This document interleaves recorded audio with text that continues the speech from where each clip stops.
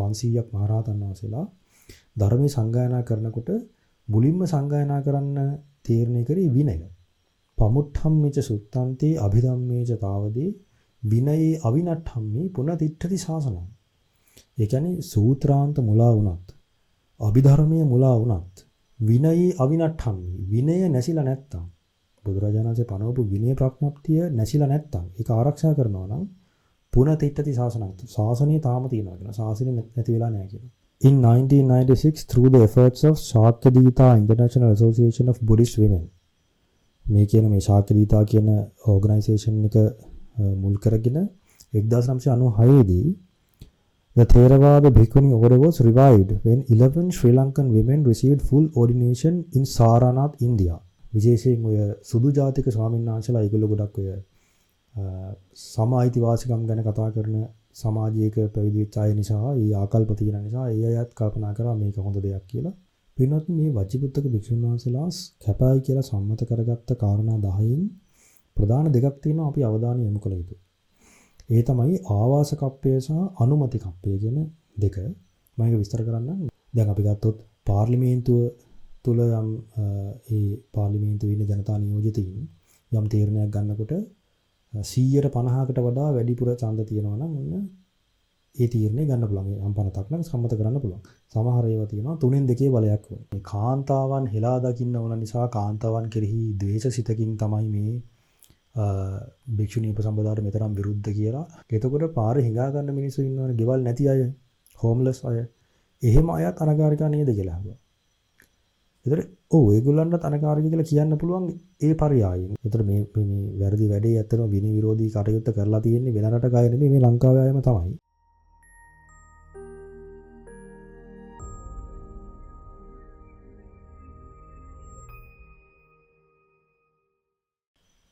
සියලු දෙනාටම තෙරුවන් සරණයි.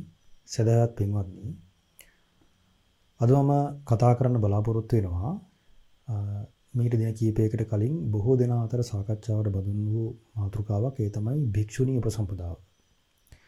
දැන් මේ ගැන කරලියට එන්නේ මේ දින කීපයකට කලින් එක්තරා සිල්මෑණි කෙනෙක් භික්ෂුණියක් කියලා තමයි තමන් හඳුන්වාගත්තේ. එතුමිය යසෝදරා රහත් තෙරණින් වහන්සේගේ ප්‍රතිමාවකට කරපු චෝදනාවක් නිසා තමයි මේ සම්බන්ධයෙන් බෞද්ධ ජනතාව අතර යම්කිසි කතාවක් ඇති වුණේ. ඉතින් බොහෝ දෙනෙකුට ප්‍රශ්නයක් තියෙනවා මේ භික්ෂුණී උපසම්පදාවට ථේරවාද භික්ෂුන් වහන්සේලා මෙතරම් විරුද්ධ වන්නේ ඇයි කියන එක. ඒ වගේම ඇතැම් අය කල්පනා කරනවා මේ භික්ෂුන් වහන්සේලා මේ කාන්තාවන් හෙලා දකින්න ඕන නිසා කාන්තාවන් කෙරෙහි ද්වේෂසිතකින් තමයි මේ භික්ෂුණී උපසම්පදාට මෙතරම් විරුද්ධ කියලා සිතනවා. ඉතින් මේකේ විනයානුකූල පැත්ත. ඇයි මේ භික්ෂුණී උපසම්පදාව කියලා මේ වර්තමානයේ කරන්න හදන වැඩපිළිවෙලට භික්ෂුන් වහන්සේලා විරුද්ධ වන්නේ, මේක විනයානුකූල නොවන්නේ ඇයි කියන කාරණාව සම්බන්ධයෙන් ඕව දැනුවත් කරන්න මම කල්පනා කරා. මේක ටිකක් සංකීර්ණ මාතෘකාවක්. ඉතින් මේ බොහෝ දිනෙකට වැටහෙන විදිහට මම සරලව මේ ගැන විස්තර කරන්න බලාපොරොත්තු වෙනවා මේ වැඩසටහනේ. අපි බලමු මුලින්ම මේ භික්ෂුණී උපසම්පදාව බුදුරජාන් වහන්සේ අනුදැන වදාරලා ඊළඟට මේ භික්ෂුණී උපසම්පදාව යම් කාලයක් මේ බුදුසසුනේ පැවතුණා. බොහෝ භික්ෂුණීන් වහන්සේලා මාර්ගඵල ලැබුවා, අරහත්ත්වයටපත් වුණා. ඊළඟට මේ භික්ෂුණී උපසම්පදාව යම් කලකදී අභාවයට යනවා. වර්තමානයේ යම් පිරිසක් භික්ෂුණී උපසම්පදාව නැවත පටන් ගත්තා. ඉතින් මේක කොහොමද විනයානුකූල නොවන්නේ කොහොමද කියලා අපි සාකච්ඡාවට බඳුන් කරමු. භික්ෂුණී උපසම්පදාව කියන එක බුදුරජාන් වහන්සේ අනුදැන වදාළේ මහා ප්‍රජාපති ගෞතමය කීප වතාවක් බුදුරජාන් වහන්සේගෙන් පැවිදි වෙන්න, උපසම්පදා වෙන්න අවසර ඉල්ලපු නිසා. ඒ කියන්නේ මුලින්ම බුදුරජාන් වහන්සේ කපිලවස්තු නගරේ නීග්‍රෝධාරාමයේ වැඩ ඉන්නකොට ප්‍රජාපති ගෞතමිය බුදුරජාන් වහන්සේගෙන් ඇවිල්ලා ඉල්ලා සිටිනවා පැවිදි වෙන්න බුදු සාසනය. නමුත් බුදුරජාන් වහන්සේ ඒකට අවසර දෙන්නේ නැහැ. තුන් වතාවක් ඉල්ලා සිටින අය බුදුරජාන් වහන්සේ තුන් වතාවම ප්‍රතික්ෂේප කරනවා. ඊළඟට බුදුරජාන් වහන්සේ විශාලා මහනුවරට වැඩපු දවසක ප්‍රජාපති ගෞතමිය තවත් ශාක්‍ය වංශික කුමාරිකාවන් 500ක් සමග පාගමනින්ම කසාවත් පුරවාගෙන කෙස් මුඩු කරලා කසවත් පොරවාගෙන පාගමනින්ම එනවා විශාලා මහනුවරට බුදුරජාණන් වහන්සේ මුණ ගැහිලා මේ පැවිද්ද ඉල්ලා සිටින්නේ. ඉතින් මේ කාන්තාවන් පිරිස බුදුරජාණන් වහන්සේ වැඩ සිටින ආරාමයේ අසලට ඇවිල්ලා බොහොම දුකසේ ඉන්නකොට ආනන්ද ස්වාමීන් වහන්සේ ඒ ගැන විමසලා මහා ප්‍රජාපති ගෞතමී වෙනුවෙන් බුදුරජාණන් වහන්සේගෙන් භික්ෂුණීන් සඳහා කියන්නේ කාන්තාවන් සඳහා පැවිද්ද ඉල්ලා සිටිනවා. ඒතර තුන් වතාවක්ම බුදුරජාණන් වහන්සේ ආනන්ද ස්වාමීන් වහන්සේගේ ඉල්ලීමත් ප්‍රතික්ෂේප කරනවා. හතරවෙනි වතාවේ ආනන්ද ස්වාමීන් වහන්සේ වෙනත් ක්‍රමයකට බුදුරජාණන් වහන්සේගෙන් ඉල්ලා සිටිනවා. කාන්තාවන්ට පැවිද්ද දෙන්න කියලා. එහෙම කරේ උන්වහන්සේ ප්‍රකාශ කරා ස්වාමීනි මේ මහා ප්‍රජාපති ගෞතමී ඔබ වහන්සේව බොහෝ කාලයක් රැකබලා ගත්තා. කිරිපවලා හදලා වඩලා ලොකු කරලා බොහොම විශාල අනුග්‍රහයක් කරා ඔබ වහන්සේට. ඒ වගේම භාග්‍යතුන් වහන්සේ නිසාත් මහා ප්‍රජාපති ගෞතමියට විශාල යහපතක් වුණා. එතුමියට තිසරණේ පිහිටන්න, ආරේකාන්ත සීලේ පිහිටන්න, ඒ කියන්නේ මාර්ගඵල ලබන්න බුදුරජාණන් වහන්සේගේ අනුග්‍රහය ලැබුණා කියලා මේ ආනන්ද ස්වාමීන් වහන්සේ බුදුරජාණන් වහන්සේගෙන් අහනවා කාන්තාවකට සෝවාන් ඵලය, සකදාගාමී ඵලය, අනාගාමී ඵලය, අරහත් ඵලය ලබන්න බැරිද කියලා. එතකොට බුදුරජාණන් කියනවා කාන්තාවකටත් මාර්ගඵල ලබන්න පුළුවන් කියලා. එතකොට කාන්තාවකට මේ විදිහට බුද්ධ ශාසනයේ පිළිවෙත් පුරලා මාර්ගඵල ලබන්න පුළුවන් නම් ස්වාමීනි භාග්‍යතුන් වහන්සේ ඔබ වහන්සේ මේ මහා ප්‍රජාපති ගෞතමීගේ ඉල්ලීම සලකා බලලා පැවිද්ද ලබා දෙන්න කියලා ආනන්ද ස්වාමීන් වහන්සේ ඉල්ලා සිටිනවා හතරවෙනි වතාවට. ඒතර මේ විදිහට ඉල්ලා හිටනකොට බුදුරජාණන් වහන්සේ ප්‍රජාපති ගෞතමීට ප්‍රකාශ කරනවා මේ අෂ්ටගරු ධර්ම දේශනා කරලා මේ අෂ්ටගරු ධර්ම ඔබ පිළිගන්නවා නම් ඒ අෂ්ටගරු ධර්ම පිළිගැනීමම තමයි ඔබගේ උපසම්පදාව කියලා ප්‍රකාශ කරනවා. පින්වත් මේ අෂ්ටගරු ධර්ම සඳහන් වෙන්නේ මේමයි. ඒ තමයි පළවෙනි එක තමයි යම් භික්ෂුණියක් උපසම්පදාවෙන් වස් 100ක් ගියත් එදිනම උපසම්පදා වෙච්ච භික්ෂුවට වන්දනාමාන ගරු මානන පූජන සිදු කළ යුතුයි. ඊළඟ එක තමයි භික්ෂුන් වහන්සේලා විසින් භික්ඛුනෝ වාදක භික්ෂුවක්. ඒ කියන්නේ භික්ෂුණීන්ට අවවාද කරන වැඩිහිටි තෙරුන් වහන්සේ නමක්ව සම්මත කරන. ඒ භික්ෂුණීන්ට අවවාද කරන භික්ෂුවකගේ අනුග්‍රහය නොලැබෙන ආවාසයක වස් සමාදන් වෙන්න බෑ. ඒ කියන්නේ ඒ ආවාසයේ වස් සමාදන් වෙන්න භික්ෂුණීන් වහන්සේලාට ඒ සංඝයා විසින් භික්ෂු සංඝයා විසින් සම්මත කරපු භික්ෂුණීන්ට අවවාද දෙන තෙරුන් වහන්සේව මුණ ගැහිලා අවවාද ගන්න පහසුකම් තියෙන්න ඕනේ. කියන්නේ ඒකට පහසුකම් තියෙන ආවාසයක තමයි භික්ෂුණීන්ට වස් සමාදන් වෙන්න පුළුවන්. ඒකෙන් අදහස් වෙන්නේ භික්ෂුන් වහන්සේලායි භික්ෂුණීන් වහන්සේලා එකම ආවාසයේ වැඩ ඉන්නවා කියලා. භික්ෂුන් වහන්සේලා වාසය කරන වෙන ආරාමයක භික්ෂුණීන් වහන්සේලාට අර සම්මත කරපු තෙරුන් වහන්සේව මුණ ගැහෙන්න යන්න පහසුකම් තියෙන්න ඕනේ. ඒ විදිහට මේ භික්ෂුණීන්ට අවවාද දෙන ස්වාමීන් වහන්සේව සම්බන්ධ කරගන්න බැරි ආවාසයකට කියනවා අභික්ඛුක ආවාසය කියලා. එහෙම ආවාසයක වසන්න බෑ. ඒක තමයි දෙවෙනි ගරු ධර්මය. ඊළඟට මේ දවස් 15කට වතාවක් කරන උපෝෂත කර්මය කරනකොට භික්ෂුන් වහන්සේලා ළඟට ගිහිල්ලා ඒක සිහි කරන්න ඕනේ. ඒ වගේම අවවාද ගන්නත් භික්ෂුන් වහන්සේලා ළඟට අර සම්මත කරපු වැඩිහිටි තෙරුන් වහන්සේ ළඟට යන්න ඕනේ. ඒ තමයි තුන්වෙනි එක. එතකොට මේ ගරු ධර්ම මුළු ජීවිත කාලයම ආරක්ෂා කළ යුතුයි. කිසිම විදිහකින් ඒක ඉක්මවා යන්න බෑ මේ ගරු ධර්ම. හතරවෙනි එක තමයි වස්සාන කාලය, කියන්නේ වස්වසලා ඉවරුණාට පස්සේ භික්ෂුන් වහන්සේලා ළඟට ගිහිල්ලත් ඒ වගේම භික්ෂුණී සංඝයා ළඟට ගිහිල්ලත් ඒ සංඝ පිරිස් දෙක ළඟට ගිහිල්ලා තමන්ගෙන් යම්කිසි වැරද්දක් වෙලා තියෙනවා නම් ඒක නිවැරදි කරලා දෙන්න කියලා පවරන්න ඕනේ. ඒකට කියනවා පවාරණය කියලා. ඒ පවාරණය භික්ෂු සංඝයා ළඟත් කළ යුතුයි, භික්ෂුණී සංඝයා ළඟත් කළ යුතුයි. ඒ තමයි හතරවෙනි එක.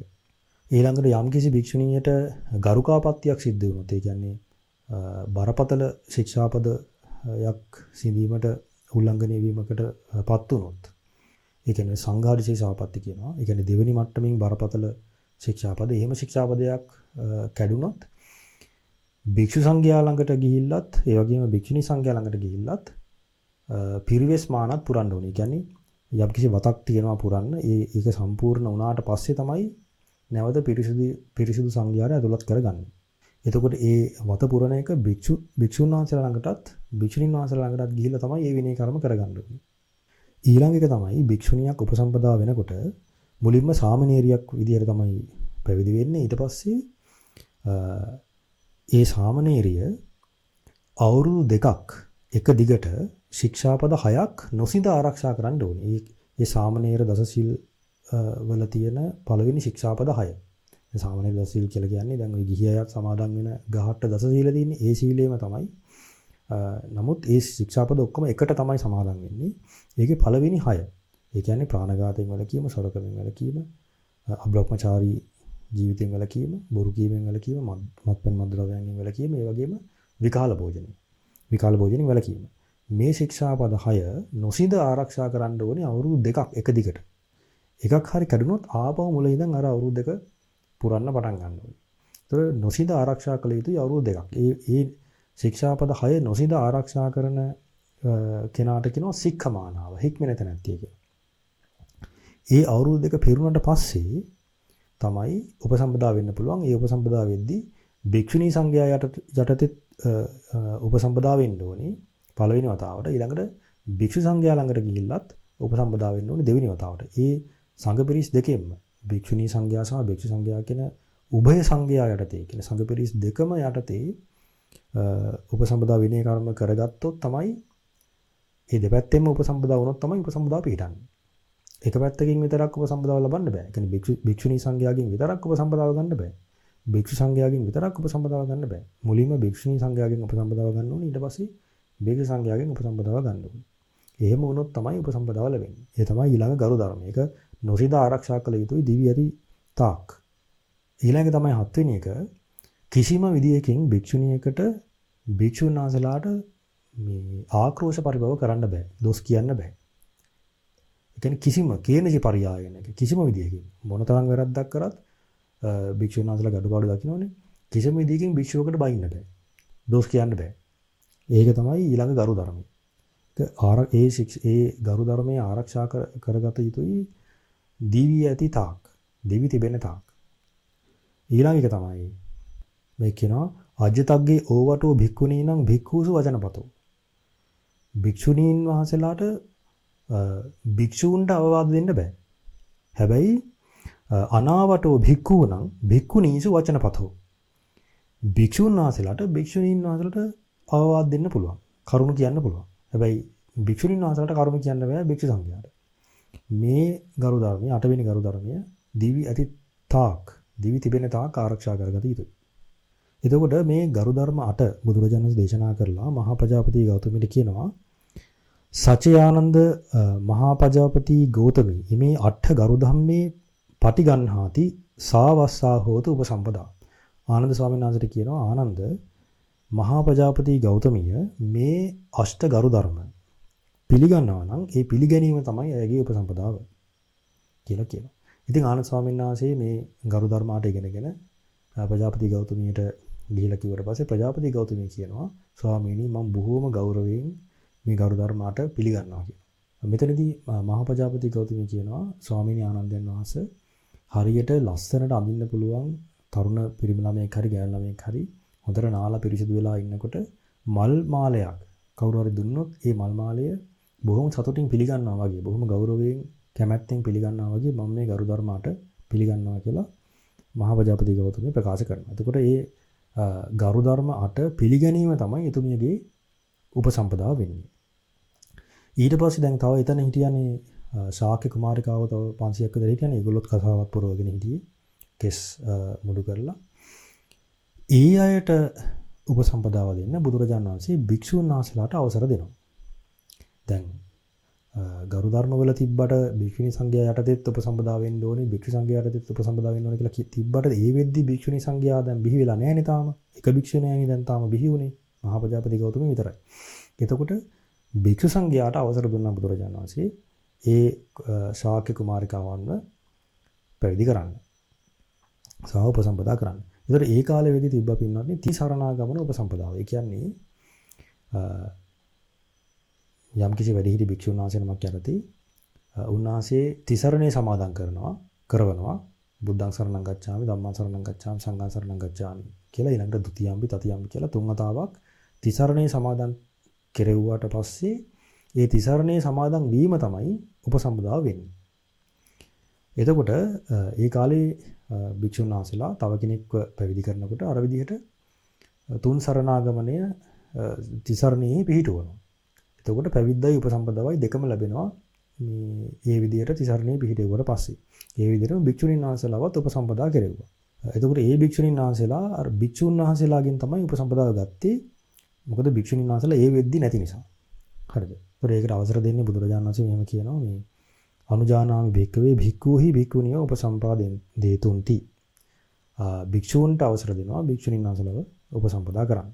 ඊට පස්සේ පින්වත්නි බුදුරජාණන් වහන්සේ යම් කාලයක් ගියාට පස්සේ ඒ කියන්නේ භික්ෂු සංඝයාත් බොහෝ සෙයින් පිරිසෙන් වැඩි වෙනවා. ඊළඟට භික්ෂුණී සංඝයාත් පිරිසෙන් වැඩි වෙනවා. ඉතින් ඒ අතර මාර්ගඵලලාභී පහළ වෙනවා, රහතන් වහන්සේලා පහළ වෙනවා, රහත් මේනින් වහන්සේලා පහළ වෙනවා.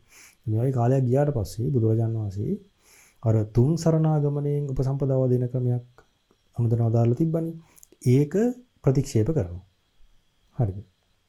ඒක සඳහන් වෙනවා මහවග්ගපාළියේ විනය පිටකේ යාසා භික්ඛවේ මයා තීහි සරණාගමනේහි උපසම්පදා අනුඤ්ඤාතා තාහං අජ්ජතග්ගේ පටික්ඛිපාමි.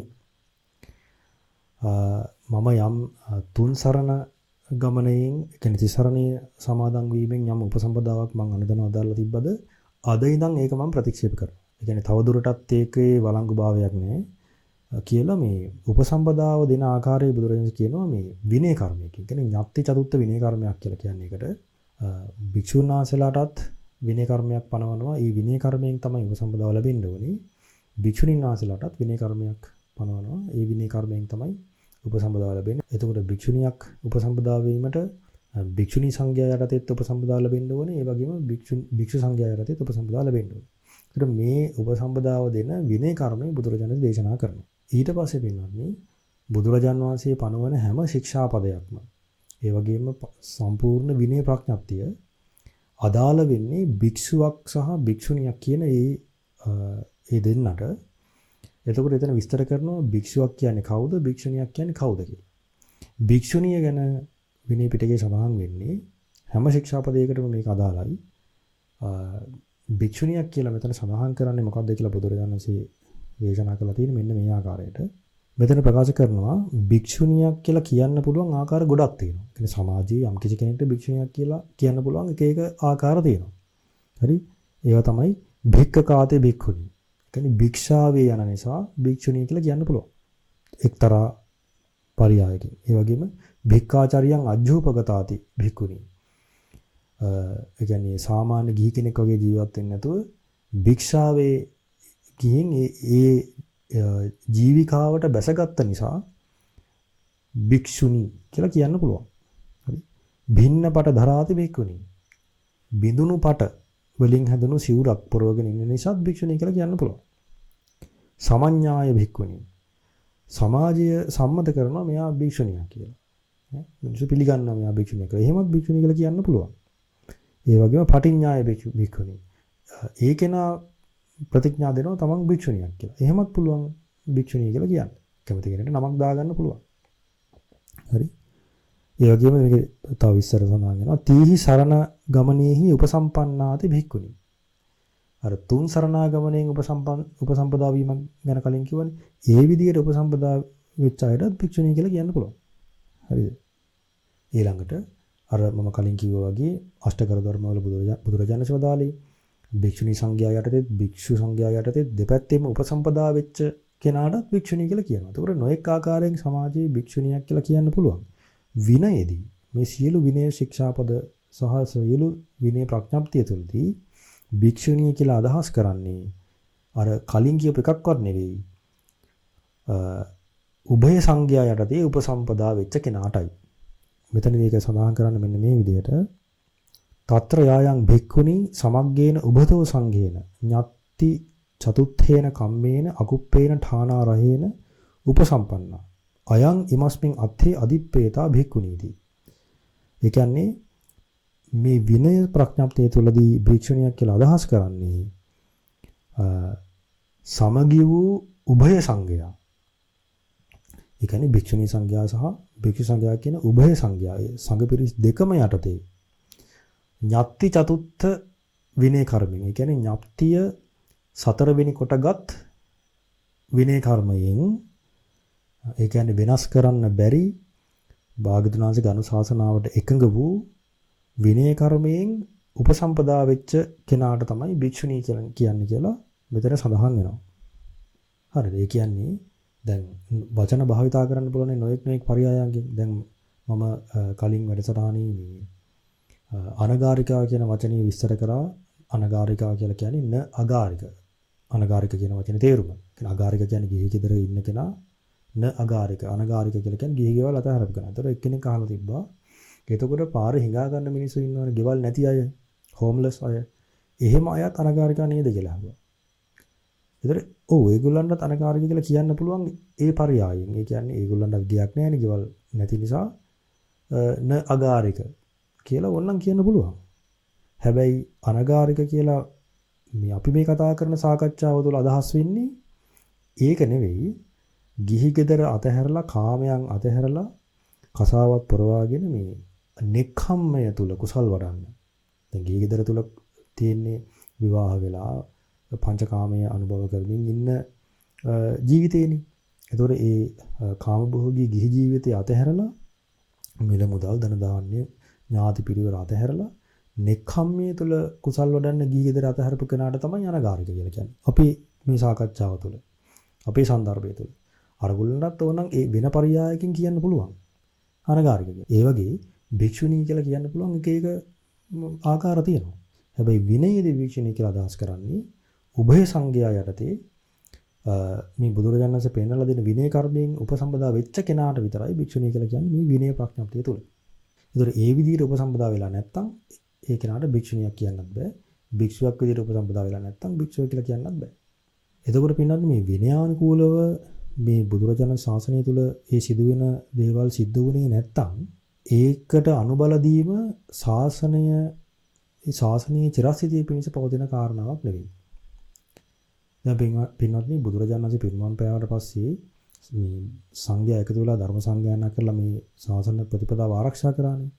ඒ උන්වහන්සේලා පළවෙනි ධර්ම සංගායනාවේදී ඒ කියන්නේ මහා කස්සප මහ රහතන් වහන්සේ ප්‍රදාන, උපාලි මහ රහතන් වහන්සේ, ආනන්ද මහ රහතන් වහන්සේ ප්‍රදාන මේ 500ක් මහ රහතන් වහන්සේලා ධර්මයේ සංගායනා කරනකොට මුලින්ම සංගායනා කරන්න තීරණය කරේ විනය. මුලින්ම විනය පිටකේ තමයි සංගායනා කරේ. ඒකට හේතුව උන්වහන්සේලා ප්‍රකාශ කරා විනයෝ නාම ශාසන සායු. මේ විනයෝ නාම බුද්ධ ශාසන සායු. බුදු සසුනේ ආයුෂ තමයි විනය. විනයේ ठिते ශාසනං ठिතං හෝති. විනය පවතින කල්හි ශාසනය තියෙනවා. ඒතර ශාසනයේ චිරස්ථිතිය පිණිස හේතු වෙන්නේ විනයනේ. ඒ නිසා විනය මුලින්ම සංගායනා කරන්න ඕනේ කියලා ඒ රහතන් වහන්සේලා විනය සංගායනා කරා. ඒකට විනයට මූල තැන දුන්නේ නැත්නම් මේ ශාසනයේ පැවැත්මක් අපිට අපේක්ෂා කරන්න බෑ පින්නන්නේ. මේ බව මේ මහවග්ගපාලි කියන විනය ග්‍රන්ථය සඳහන් වෙන උද්දාන ගාථාවල පමුට්ඨම්මිච සුත්තන්තේ අභිධම්මේච තාවදී විනයේ අවිනට්ඨම්මි පුනතිට්ඨති ශාසනං. ඒ කියන්නේ සූත්‍රාන්ත මුලා වුණත් අභිධර්මයේ මුලා වුණත් විනයේ අවිනට්ඨම්මි විනය නැසිලා නැත්තම් බුදුරජාණන් වහන්සේ පනවපු විනය ප්‍රඥප්තිය නැසිලා නැත්තම් ඒක ආරක්ෂා කරනවා නම් පුනතිට්ඨති ශාසනං. ශාසනය තාම තියෙනවා කියන. ශාසනය නැති වෙලා නැහැ කියන. එතකොට මේ ශාසනය පවතින පින්නත් විනය ප්‍රඥාප්තිය බුදුරජාණන් වහන්සේ පනවලා තියෙන විනය ඒ විදිහටම ආරක්ෂා වුණොත් විතරයි. යම් කිසි විදියකින් බුදුරජාණන් වහන්සේ පනවපු විනයට අනුකූල නොවන ලෙස බුදු සසුන තුළ යමක් සිද්ධ වුණොත් එහෙම ඒක විනය විරෝධී, ඒක ශාසන විරෝධී. ඒ කාරණාව බුදු සසුනේ චිරස්ථිතිය පිණිස හේතු වෙන්නේ නැහැ. ඒතර මේ වර්තමාන භික්ෂුණී උපසම්පදා කියලා කියන එක විනය විරෝධී නිසා තමයි සංඝයා මේකට විරුද්ධ. ඒක මම ඒක තවදුරටත් විස්තර කරන්නම්. මේක තවදුරටත් මේ කොහොමද විනය විරෝධී වෙන්නේ කියලා. එතකොට මේ වර්තමානයේ තියෙන මේ භික්ෂුණී උපසම්පදාව මේ බොහොම ඈතකදී පටන් ගත්ත එකක්. ඒක විනය විරෝධී වෙන්න හේතුව දැන් භික්ෂුණියක් උපසම්පදා වෙන නම් භික්ෂුණී සංඝයා යටතේ මේ උපසම්පදා වෙන්න ඕනේ මුලින්ම. එතකොට මේ වර්තමානයේ භික්ෂුණී උපසම්පදා පටන් ගත්ත කට්ටිය මුලින්ම භික්ෂුණී උපසම්පදාව ගත්තේ මහායාන භික්ෂුණීන් වහන්සේලාගෙන්. ඒතර ඒ අයට තේරවාද ප්‍රතිපදාව අනුව ඒ අය විනය අනුගමනය කරන්නේ නැති නිසා එයාලට උපසම්පදාව පිළිහිටන්නේ නැහැ. තේරවාද ක්‍රමය අනුව. ඒගොල්ලන්ගේ විනය ඒගොල්ලෝ හදාගත්ත ක්‍රමය වෙනස්. ඒතර ඒ අයට ඒ භික්ෂුණාන්සලටත් ඒ භික්ෂුණීනාන්සලටත් මහායානය තුල ඉන්න අයට ඒගොල්ලෝ සිවුරු පොරවන්නේ නැහැ. අපි වගේ නෙමෙයි සිවුරු පොරවන්නේ. නිකන් ලෝගෝක් වගේ එකක් අඳින්න. ඉතින් ඒ අයට බුදුරජාණන් වහන්සේ ථේරවාද ත්‍රිපිටකය තුල විනය පිටකය තුල දේශනා කරපු විනය අනුගමනය කරන්නේ නැති නිසා ඒ අයට මේ උපසම්පදාව පිළිගන්නේ නැති. ඒ අය යටතේ උපසම්පදා වුණා කියලා ඒ උපසම්පදාව ථේරවාද සංඝයා පිළිගන්නේ නැහැ. ඒකයි එතන වෙලා තියෙන්නේ. දැන් වර්තමාන මේ භික්ෂුණී උපසම්පදාව ඇති වෙච්ච විදිහ ගැන මේ විකිපීඩියා පේජ් එකේ සඳහන් වෙනවා භික්ඛුණී කියන පේජ් එක යටතේ ඔයගොල්ලෝ නම් හොයලා බලන්න. ඒතර මේ විකිපීඩියා පේජ් එකේ සඳහන් වෙනවා in 1996 through the efforts of Shakyadita International Association of Buddhist Women මේ කියන මේ ශාක්‍යදීතා කියන ඕගනයිසේෂන් එක මුල් කරගෙන 1996 දී the Theravada Bhikkhuni order was revived when 11 Sri Lankan women received full ordination in Saranath, India. ලංකාවේ මේ ශ්‍රී ලාංකික කාන්තාවෝ 11 දෙනෙක්.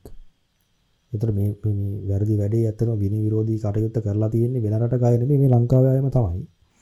ලංකාවේ කාන්තාවෝ 11 දෙනෙක් 1996 දී මේ ශාක්‍යදීතා කියන මේ ඕගනයිසේෂන් එකේ උපකාර ඇතිව ඉන්දියාවේ සාරනාත් වලදී තමයි මේ කටයුත්ත කරලා තියෙන්නේ. මේකට උදව් කරලා තියෙනවා මේ ලංකාවේ මේ ස්වාමීන් වහන්සේලා දෙනමක් මම උන්වහන්සේලාගේ නම සඳහන් කරන්නේ. උන්වහන්සේලා මේ මහා බෝධි සොසයිටි එකේ උදව්වෙන් ඒකට සම්බන්ධ වෙලා තමයි මේ කටයුත්ත කරලා තියෙන්නේ. මේ කියනවා with assistance from monks and nuns of the Jogge order of Korean Sion. කොරියාවේ Zion කියන එක සෙන් ට්‍රැඩිෂන් එකක්. මහායාන සෙන් ට්‍රැඩිෂන් එකක්. මේකේ තියෙනවා මේ කොරියන් සියොන් කියන ට්‍රැඩිෂන් එක. It's a branch of Mahayana Buddhism commonly known in English as Zen Buddhism. A Zen බුදුදහම අනුගමනය කරන මේ මහායාන භික්ෂුන් වහන්සේලායි භික්ෂුණී වහන්සේලා එකතු වෙලා තමයි මේකට උදව් කරලා තියෙන්නේ. කියන්නේ භික්ෂුණීන් වහන්සේලාගෙන් උපසම්පදාව ගත යුතු එක අර සෙන් භික්ෂුණීන් ළඟින් තමයි අරගෙන තියෙන්නේ. නමුත් දැන් ඒ අය ථේරවාද ක්‍රමයට උපසම්පදා වෙන අය නෙවෙයිනේ. ඒතකොට අපි පිළිගන්න විදිහට ථේරවාද ත්‍රිපිටකයට ථේරවාද විනය පිටකයට අනුව ඒ අයට උපසම්පදාවක් නැහැ. ඒ නිසා ඒක විනය විරෝධී. එයාට ඇත්තටම උපසම්පදාව පිළිලා නැහැ.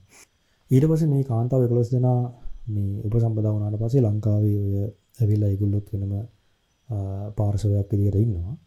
ඒ අයගේ උදව්වෙන් තායිලන්තෙටත් භික්ෂුණී උපසම්පදාව වර්තමානයේ ගිහිල්ලා ඇතම් අය මේක පුරුදු කරන්න ගත්තා. ඊළඟට වෙන රටවල් වලටත් ගියා. ඊළඟට විශේෂයෙන් ඔය සුදු ජාතික ස්වාමීන් වහන්සේලා ඒගොල්ලෝ ගොඩක් ඔය සම අයිතිවාසිකම් ගැන කතා කරන සමාජයක පැවිදි වෙච්ච අය නිසා, ඒ ආකල්ප තියෙන නිසා ඒ අයත් කල්පනා කරා මේක හොඳ දෙයක් කියලා. විශේෂයෙන් අජාන් බ්‍රහ්මවාසෝ ස්වාමීන් වහන්සේ ඊළඟට අජාන් අනාලයෝ කියලා ස්වාමීන් වහන්සේ නමක් ඉන්නවා. ඒ වගේ ඔය සමහර ස්වාමීන් වහන්සේලා මේ සුදු ජාතික ස්වාමීන් වහන්සේලා මේක පුරුදු කරන්න ගත්තා. ඒගොල්ලන්ගේ ස්ථාන වලටත් ওই භික්ෂුණී උපසම්පදාව ගෙනාවා. මේකක්වත් විනයානුකූල නැහැ. සම්පූර්ණයෙන් විනය විරෝධී. දැන් අජාන් බ්‍රහ්මවංශ ස්වාමීන් වහන්සේට උනේ උන්වහන්සේ පැවිදිලා තියෙන්නේ අජාන් චා කියලා ස්වාමීන් වහන්සේ නමක් ඉඳලා තියෙනවා මේ තායිලන්තේ. කියන්නේ තායි ෆොරස්ට් ට්‍රැඩිෂන් එකේ තායි ආරණ්‍ය සම්ප්‍රදාය තුළ බොහොම ගෞරව ලබන ස්වාමීන් වහන්සේ නමක්. උන්වහන්සේගේ ශිෂ්‍යයෙක් විදිහට මේ ආරණ්‍ය සම්ප්‍රදාය තුළ මේ තමයි උන්වහන්සේ පැවිදිලා හිටියේ. ඉතින් උන්වහන්සේ අර භික්ෂුණී උපසම්පදාව තමන්ගේ මේ ආරණ්‍ය සේනාසනයේට මේ විහාරස්ථානයට ගෙන ආපු නිසා අර ෆොරස්ට් ට්‍රැඩිෂන් එකකින් මේ ස්වාමීන් වහන්සේව බැහැර කරා. නිරපෙව්වා. අජාන් බ්‍රහ්ම ස්වාමීන් වහන්සේ.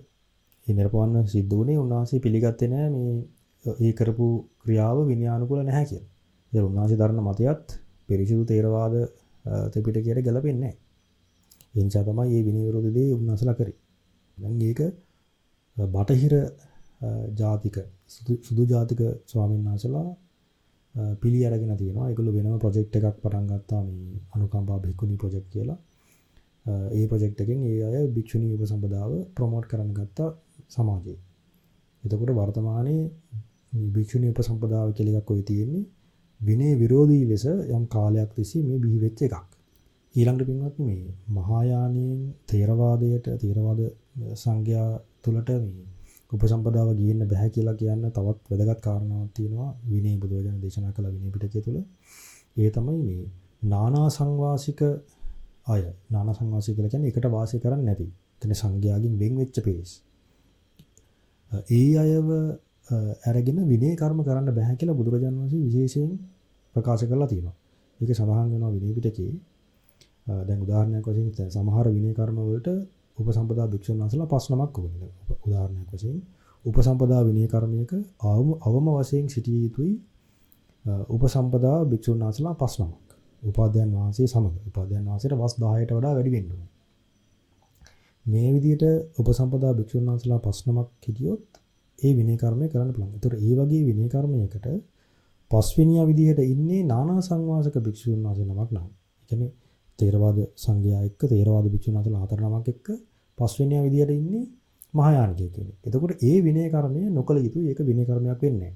ඒක සඳහන් වෙනවා මෙහෙම පංචවග්ග කරණං චේ භික්කවේ කම්මං නානා සංවාසක පංචමෝ කම්මං කරෙය්‍ය අකම්මං නච කරණීයං. ඒ කියන්නේ අර 5 නමක් එක්ක කළ යුතු විනය කර්මයකදී පස්වෙනියා විදියට ඉන්නේ නානා සංවාසක කෙනෙක් නම් එකට වාසය කරන්නේ නැති කෙනෙක් නම් පස්වෙනියා විදියට ඉන්නේ ඒ විනය කර්මයේ නොකළ යුතුයි. ඒක අකර්මයක්. ඒ කියන්නේ ඒක විනය කර්මයක් වෙන්නේ නැහැ. අකර්මයක්. නච කරණීයං. ඒ නොකළ යුතුයි කියලා බුදුරජාණන් වහන්සේ දේශනා කළා තියෙනවා. ඒතර කිසිම විනය කර්මයකට නානා සංවාසක අයව එකතු කරගන්න බෑ. ඒතර දැන් මේගොල්ලෝ මේ භික්ෂුණී උපසම්පදාව ගෙනාවේ මහායානිකයන්ගෙන්. එතකොට ඒක නානා සංවාසක අයකට වාසය කරන්නේ නැති අය. ඒතර ඒක මේ වර්තමාන භික්ෂුණී උපසම්පදාව විනයානුකූල නැහැ කියලා කියන්න තියෙන ප්‍රධානම කාරණාවක්. ඊළඟ එක තමයි මහායාන භික්ෂුන් වහන්සේලාට ඒගොල්ලෝ ථේරවාද ක්‍රමයට නෙමෙයිනේ ඒගොල්ලන්ගේ විනය කර්ම කරන්නේ. ඒතර ඒ නිසා ඒ කිසිම විනය කර්මයක් විනයානුකූල වෙන්නේ නැහැ. ඒ සියල්ල අවිනය කර්ම. ඒ වගේම ඒවට කියනවා අකර්ම. ඒවා විනය කර්මයක් වෙන්නේ නැහැ. මේක පැහැදිලි කරන්න තව විශේෂ කාරණාවක් තියෙනවා. ඒ තමයි මහායානීය බිහි වෙච්ච ප්‍රභවය බලුවොත්. ඒ කියන්නේ මුලින්ම මහායානීය කියන එක ලෝකේ බිහි වෙන්නේ මේ වජ්ජිපුත්තක භික්ෂුන් වහන්සේලා කියන්නේ. වජ්ජිපුත්තක භික්ෂුන් වහන්සේලා කියන්නේ දෙවෙනි ධර්ම සංගායනාව සිදු කරන්න මුල් වෙච්ච අලජ්ජී භික්ෂූන්. ඒතර ඒ අය හිටියේ මීට අවුරුදු 2000 ගානකට කලින්. කියන්නේ බුදුරජාණන් වහන්සේ පිරිනිවන් පාලා අවුරුදු 100ක් ගත වෙච්ච තැන. ඒගොල්ලෝ විශාලා මහනුවර ඇසුරු කරගෙන හිටපු භික්ෂුන් වහන්සේලා පිරිසක්. මේ අය බුදුරජාණන් වහන්සේ පනවපු විනයට අනුව කැප නොවන කාරණා 10ක් කැප කියලා සම්මත කරගත්තා. ඒවා ඇත්තටම විනයානුකූල නැහැ. විනයට අනුව කැප නැහැ. මේ අකප දේවල් කැපයි කියලා කරුණු 10ක් සම්මත කරගත්තා. ඒ සම්මත කරගෙන ඒගොල්ලෝ වාසය කරා. ඒව අතර තියෙනවා මේ මුදල් පරිහරණය කරන්න පුළුවන් ඒක කැපයි. ඊළඟට ඉර මුදුන් වුණාට පස්සේ හේවණල්ල තව අඟල් 2ක් විතර යනකම් කාලේ තියෙනවා මේ දාන වළඳන්න පුළුවන් විකාල භෝජන ආපත්‍ය සිද්ධ වෙන්නේ නැහැ. ඊළඟට සමහර ලුණු වගේ දේවල් මොකක් හරි මේ වාජනයක දාගෙන ළඟ තියාගන්න පුළුවන්. මේ කැමති වෙලාවට ලුණු අවශ්‍ය වෙලාවට ගන්න පුළුවන් කියලා. දැන් ඒක කැප නැහැ. දැන් ආහාර වර්ග භික්ෂුන් වහන්සේලාට ළඟ තියාගෙන වාසය කරන්න බෑ. ඒක සම්නිධිකාර පාචිත්‍ය ආපත්‍යක් සිද්ධ වෙනවා. සම්නිධිකාර අවත කියලා කියන්නේ. ඒතර ආහාර රැස් කරගෙන මේ වළඳන්න බෑ භික්ෂුන් වහන්සේලාට. ඒ කියන්නේ තනි තනියෙන්. පොදුවේ සංඝයාගේ ගබඩාවක වගේ එහෙම තියන්න පුළුවන්. නමුත් පෞද්ගලිකව ආහාර ළඟ තියාගන්න බෑ. නමුත් මේගොල්ලෝ සම්මත කරගත්ත පුළුවන් කියලා. වෙනත් මේ වජ්ජිපුත්තක භික්ෂුන් වහන්සේලා කැපයි කියලා සම්මත කරගත්ත කාරණා 10න් ප්‍රධාන දෙකක් තියෙනවා අපි අවධානය යොමු කළ යුතු. ඒ තමයි ආවාස කප්පය සහ අනුමති කප්පය කියන දෙක. මම ඒක විස්තර කරන්නම්. මේ ආවාස කප්පය කියලා කියන්නේ දැන් භික්ෂුන් වහන්සේලා විනය කර්ම කරනකොට පින්වත්නි බුදුරජාණන් කියලා තියෙන්නේ ඒක සමගි කර්මයක් වෙන්න ඕනේ. සමගියෙන් කළ යුතු විනය කර්මයක්. සමගිය කියලා කියන්නේ සියලුම භික්ෂුන් වහන්සේලා එකඟ වෙන්න ඕනේ. ඒ විනය කර්මයෙන් ගන්න තීරණයට. එක්කෙනෙක් හරි මේ විනය කර්මයට විරුද්ධ නම් මේ විනය කර්මය සාර්ථක වෙන්නේ නැහැ. ඒ කියන්නේ ඒක සම්මත කරන්න බෑ. සියලු දෙනාම කියන්නේ 100%ක් භික්ෂුන් වහන්සේලා එකඟ වෙන්න ඕනේ ඒ තීරණයට. ඒකට කියනවා සමගි කර්මය කියලා. දැන් අපි ගත්තොත් පාර්ලිමේන්තුව තුල යම් ඒ පාර්ලිමේන්තුවේ ඉන්න ජනතා නියෝජිතයින් යම් තීරණයක් ගන්නකොට 150කට වඩා වැඩිපුර ඡන්ද තියෙනවා නම් ඔන්න ඒ තීරණය ගන්න පුළුවන්. යම් පනතක් නම් සම්මත කරන්න පුළුවන්. සමහර ඒවා තියෙනවා 3න් 2 බලයක් ඕනේ. සමහර ඒවා තියෙනවා තුනෙන් දෙකේ බලයකුයි ජනමත ਵਿਚාරණයකුයි දෙකම ඕනේ. ඒ ඔය වගේ පනතක් සම්මත කරන්න යම් පිළිගත් ක්‍රමවේදයක් තියෙනවනේ. ඒ වගේ මේ භික්ෂුන් වහන්සේලා විනය කර්මයකින් යම් තීරණයක් ගන්නකොට යමක් සම්මත කරනකොට මේ 150වත් තුනෙන් දෙකවත් නෙවෙයි 100%ක්. ඒ කියන්නේ සියලුම භික්ෂුන් වහන්සේලා ඒ තීරණයට එකඟ වෙන්න ඕනේ. එක්කෙනෙක් හරි විරුද්ධ නම් ඒක කරන්න බෑ. එතකොට පින්වත්නි දැන් හිතලා බලුවොත් සියලුම භික්ෂුන් වහන්සේලා කියලා කිව්වහම යම් ආවාසයක ඉන්න සියලුම භික්ෂුන් වහන්සේලාද එහෙම නැත්නම් යම් ගමක ඉන්න ඒ ගම ඇතුලේ ඉන්න සියලුම භික්ෂුන් වහන්සේලාද එහෙම නැත්නම් මේ පළාතේ ඉන්න සියලුම භික්ෂුන් වහන්සේලාගේ කැමැත්තද ගන්න ඕනේ. එහෙම නැත්නම් මේ රටේ ඉන්න සියලුම භික්ෂුන් වහන්සේලාද එහෙම නැත්නම් මුළු සමස්ත පෘථුවියේම ඉන්න සියලුම භික්ෂුන් වහන්සේලාගේ කැමැත්ත ඕනේද කියලා ප්‍රශ්නයක් ඇති වෙනවනේ. මේ නිසා බුදුරජාණන් වහන්සේ සීමාවක් සම්මත කරන්න අනුදැනව දාලා සීමාව සම්මත කරාට පස්සේ ඒ සීමාව ඇතුලේ ඉන්න සීලුම් භික්ෂුන් වහන්සේලා තමයි එකට එකතු වෙලා විනය කර්මය කරන්න ඕනේ. ඒ සීමාව ඇතුලේ ඉන්න සීලුම් භික්ෂුන් වහන්සේලා ඒ විනය තීරණයට ගන්න යන සම්මුතියට ඒ තීරණයට එකඟ වෙන්න ඕනේ. ඒතර සීමාව සම්මත කරද්දී බුදුරජාණන් වහන්සේ කියලා තියෙන්නේ සාමාන්‍යයෙන් 21 නමකට ඉන්න පුළුවන් විදිහේ සීමාවක් තමයි සම්මත කරන්න පුළුවන් අවම සීමාව. උපරිම සීමාව තමයි යොදුන් 3ක් දක්වා ඉඩක් තියෙන භූමියක සීමාව සම්මත කරන්න පුළුවන්. ඒතර සීමාවක් සම්මත කරද්දී කියන උතුරු දිශාවෙන් අසවල් නිමිත්ත. ඒ කියන්නේ අපි ගතොන්න ගහක් තියෙනවා කියන්නේ. උතුරු දිශාවෙන් ගහක් තියෙනවා. නැගෙනහිර දිශාවෙන් අපි හිතමු පර්වතයක් තියෙනවා. දැන් දකුණු දිශාවෙන් තියෙනවා ගඟක්. බටහිර දිශාවෙන් තියෙනවා අපි හිතමු වනාන්තරයක්. එහෙම නැත්නම් දැන් උතුරු අනු දිශාවෙන් තියෙනවා කියමු තුඹසක්. ඔය වගේ යම් යම් නිමිති කියලා ඒ නිමිති වලින් වට වෙච්ච සීමා වෙච්ච ප්‍රදේශය තමයි සීමාව කියලා සම්මත කරන්න පුළුවන්. දැන් සාමාන්‍යයෙන් ඉඩම් වල ඔප්පු වල තියෙන්නේ මේ සීමාව විස්තර කරන්නේ අසවල් දිශාවෙන් අසවල් පාර අසවල් ගඟ අසවල් ගස ඔය විදිහට. ඒ වගේ සීමාවක් සම්මත කරද්දී මේ නිමිති කීර්තනය කරනවා කියලා කියන එකට අසවල් නිමිති වලින් වට වෙච්ච සීමාව කියලා ඔන්න සංඥා සම්මත කරනවා. ඒ සම්මත කරපු සීමාව ඇතුලේ ඉන්න සීලුම භික්ෂුන් වහන්සේලා විනය කර්මයක් කරද්දී එකතු වෙන්න ඕනේ. එතකොට ඒ අය අත්පසින් ඉන්න ඕනේ. අත්පසින් කියලා කියන්නේ අතේ දුරින්. ඒ කියන්නේ යම්කිසි භික්ෂුන් වහන්සේ නමක් අර විනය කර්මය කරන වෙලාවේදී අත්පසින් බැහැරව ඉන්නවා නම් සීමාව ඇතුලේ. ඒ කියන්නේ එකට වාඩි වෙලා ඉන්න භික්ෂුන් වහන්සේලා පිරිසක් ඉන්නවා. එක ස්වාමීන් වහන්සේ නමක් ඈතින් ඉන්නවා. අත්පසට දුරින්. එතකොට මේ විනය කර්මය සාර්ථක වෙන්නේ නැහැ. දැන් අපි උදාහරණයක් විදිහට ගමු.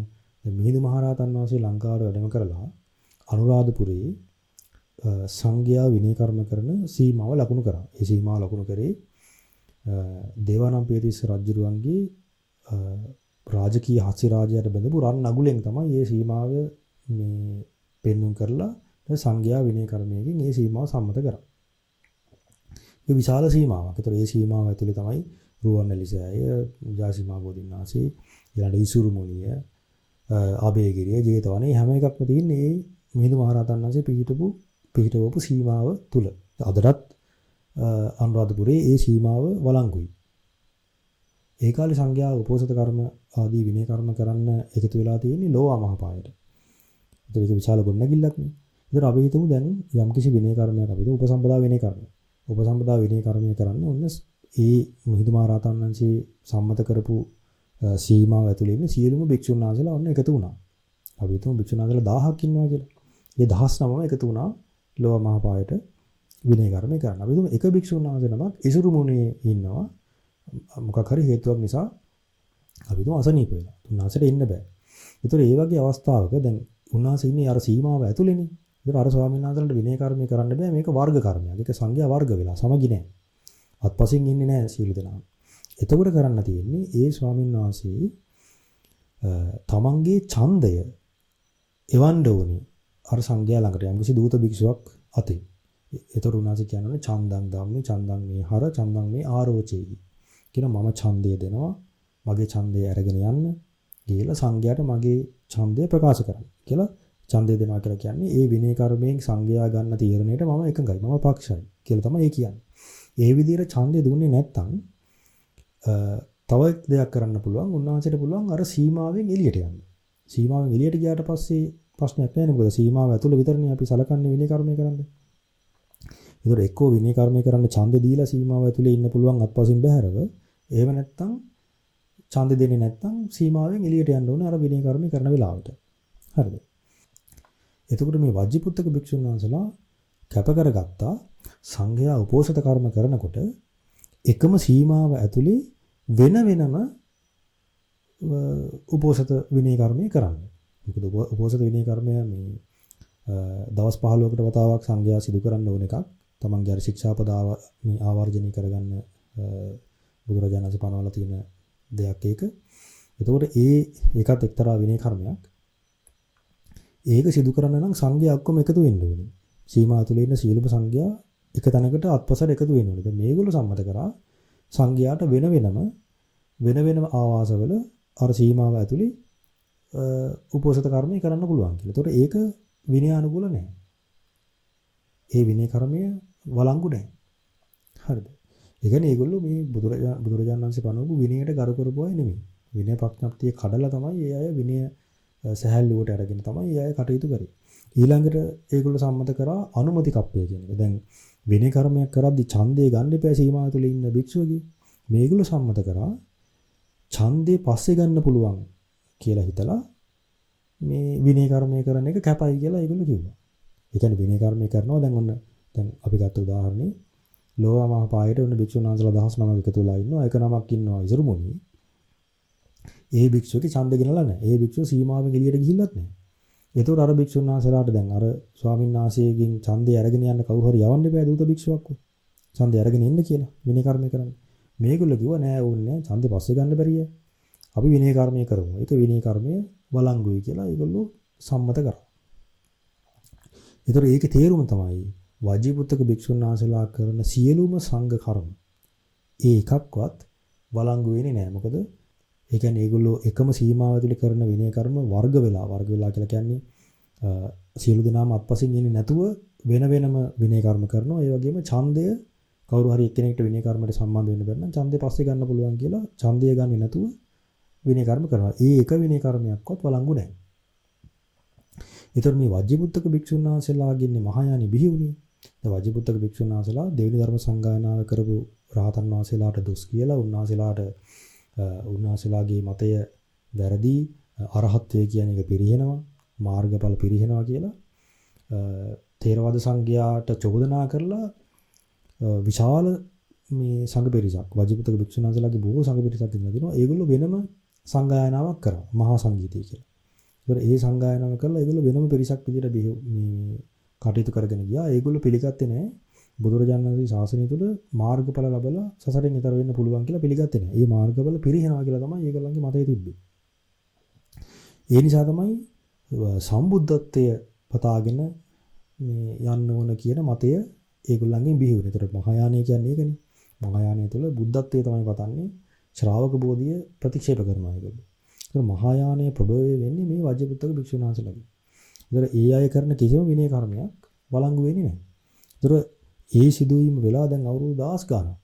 ඒ අවුරුදු 10 ගාණ පුරාවටම නොයේක් මත එකතු වෙලා ඒකත් ඒ මහායාන ට්‍රැඩිෂන්ස් මේ සම්ප්‍රදාය බිහි වෙලා තමයි මේ වර්තමාන විදි තියෙන්නේ. ඒ අය කිසිම විදියකින් ථේරවාද විනය අනුගමනය කරන අය නෙමෙයි. ඒතකොට ඒගොල්ලෝ කරන කිසිම විනය කර්මයක් වළංගු වෙන්නේ නැහැ.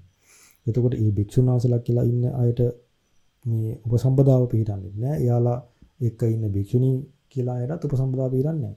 ඒතර ඒගොල්ලන්ගෙන් උපසම්පදාවක් කිසිම විදියකින් වර්තමාන ථේරවාද භික්ෂුන් වහන්සේලාට ගන්න බෑ. ඒකක්වත් විනයානුකූල වෙන්නේ නැහැ.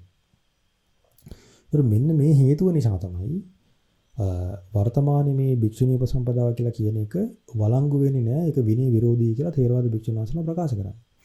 ඒක ප්‍රකාශ කරන්නේ විනය විරෝධී නිසා මිසක් කාන්තාවන් හෙලා දකින්නවත් කාන්තාවන් කෙරෙහි තියෙන වෛරය නිසාවක්වත් නෙවෙයි. මේ කාරණාව අපි තේරුම් ගන්න ඕන එකක්. ඇත්තටම බැලුවොත් වෙනන්නේ වර්තමානයේ මේ භික්ෂුන් වහන්සේලා ථේරවාදී නියෝජනය කරන භික්ෂුන් වහන්සේලා ගැන විමසලා බැලුවොත් කතා බහ කරලා කාලයක් ඇසුරු කරලා බැලුවොත් අපිට තේරෙන දෙයක් තමයි විශේෂයෙන් ලෝකෝත්තර සම්මාදිට්ඨියට අදාළ ගැඹුරු දහම් කාරණා සම්බන්ධයෙන් විවිධ මත දරනවා. ඒ සියලුම ථේරවාද භික්ෂුන් වහන්සේලා එක මතයකට වර්තමානයේ ගන්න බෑ. ඒක තමයි ඇත්ත කතාව. ඒ කියන්නේ මේ ශාසන පරිහානියත් එක්ක මේ ධර්මයේ අර්ථ වටහා ගැනීමේ දුෂ්කරතාවයක් වර්තමානයේ තියෙනවා. එතකොට මේ ධර්මයේ සම්බන්ධයෙන් විශේෂයෙන් ගැඹුරු ධර්මයේ සම්බන්ධයෙන් ලෝකෝත්තර සම්මාදිට්ඨිය සම්බන්ධයෙන් මේ විවිධ මත ධර්ම භික්ෂුන් වහන්සේලා මේ එකට වාසය කරන්නේ විනය නිසා පින්වත්නි. දැන් සාමාන්‍යයෙන් මේ පින්පව් ගැන ඊළඟට කුසල ලකුසල් ගැන සීල් රකින්න ඕනේ, බණ භාවනා කරන්න ඕනේ, මෙත් සිතින් වාසය කරන්න ඕනේ, ඉවසන්න ඕනේ, දන් දීම පුරුදු කරන්න වගේ කාරණා සම්බන්ධයෙන් සමාන අදහසක හිටියට ගැඹුරු ලෝකෝත්තර කාරණා සම්බන්ධයෙන් ලෝකෝත්තර සම්මාදිට්ඨිය සම්බන්ධයෙන් විවිධ මත ධර්ම. ඒතර මේ සියලු දෙනා තේරවාදය තමයි නියෝජනය කරන්නේ. නියෝජනය කරාට ගැඹුරු ධර්මයේ සම්බන්ධයෙන් මේ ධර්ම විවිධ මත ධර්ම භික්ෂුන් වහන්සේලා දෘෂ්ටියෙන් සමාන බවට යොමු කරන්න හරිම දුෂ්කර දෙයක් ඒක. ඒ කියන්නේ ඒ පැත්තෙන් සංඝයාගේ සමගියක් දැක ගන්න අමාරුයි. මේ වර්තමාන මේ සංඝයාගේ යම් සමගියක් තියෙනවා නම් ඒ සමගියේ තියෙන පින්වත්නි විනය නිසා. විනයෝ නාම ශාසනසාය කියන එක වර්තමානයේ හොඳටම ප්‍රකට වෙන කාරණාවක්. මම කලින් සඳහන් කරානේ මහවග්ගපාළී සඳහන් වෙන ගාථාවක්. පමුට්ඨම්මිච සුත්තන්තේ අභිධම්මේච තාවදී විනයේ අවිනට්ඨම්මි පුනතිට්ඨති ශාසනං කියලා දේශනා කරලා තියෙනවා. ඒ කියන්නේ සූත්‍රයන්ගේ අර්ථ මුලා වුණත් අභිධර්මයේ මුලා වුණත් විනය නැසිලා නැත්තම් ශාසනය අතුරුදහන් වෙලා නැහැ. ශාසනය තාම තියෙනවා. ඒතර වර්තමානයේ මේ ශාසනය රැඳිලා තියෙන්නේ විනයට තියෙන ගෞරවය නිසා, විනය ආරක්ෂා කරන නිසා. මේ විනය යම් කිසි විදිහකින් බුදුරජාණන්සේ පනවපු විනය ප්‍රඥාප්තිය අපි අතහැරියොත් ඒක තමයි මේ ශාසනයේ අවසානය. මේ ශාසනය තවදුරටත් ලෝකේ පවතින්නේ නැහැ. ඉතින් මේ ශාසනය බොහෝ කල් පවතින නම් විනය ආරක්ෂා කරගත යුතුයි කියලා තේරවාද සංඝයා දන්න නිසා තමයි විනය විරෝධී කාරණාවලට විරුද්ධ වෙන්නේ. දැන් මේ භික්ෂුණී උපසම්පදාවට තේරවාද සංඝයා කිසිම විදිහකින් ඒකට අනුගත විය යුතු, ඒක අනුමත කළ යුතු නැහැ. මොකද ඒක අනුමත කරනවා නම් ඒ අනුමත කරන්නේ විනය විරෝධී දෙයක්. ඒ විනය විරෝධී දේ අනුමත කරලා ඒක සාධාරණයට ලක් කරලා මේ බුද්ධ ශාසනයේ බුදුරජාණන්සේ පනවපු විනය ප්‍රඥප්තිය ලෝකේ පවත්වන්න බෑ. එතකොට විනය ලෝකේ අතුරුදහන් වුණා කියලා කියන්නේ එතනින් මේ ශාසනය ඉවරයි.